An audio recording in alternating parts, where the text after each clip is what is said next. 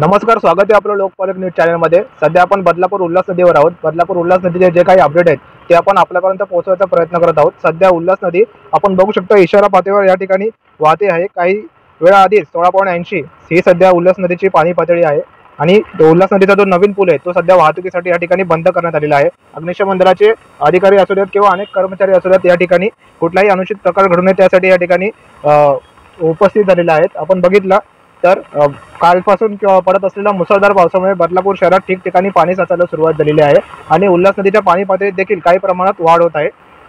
आणि त्याच अनुषंगाने नगरपालिका प्रशासन असू देत, पोलीस प्रशासन असू देत किंवा अग्निशमन दलाचे जे काही अधिकारी असू देत ते या ठिकाणी खबरदारी घेत असल्याचं आपल्याला दिसून येते। आपण सध्या उल्हास नदीवर जे काही खेळणी आहेत ती देखील आता पाण्याखाली जायला सुरुवात झालेली आहे। दुपारीच आपण जर बघितलं तर उल्हास नदीच्या पाणी पातळीत हळूहळू वाढ व्हायला सुरुवात झाली होती आणि आता असाच पाऊस सुरू राहिला तर पूर परिस्थिती या ठिकाणी निर्माण होण्याची शक्यता या ठिकाणी निर्माण झालेली आहे।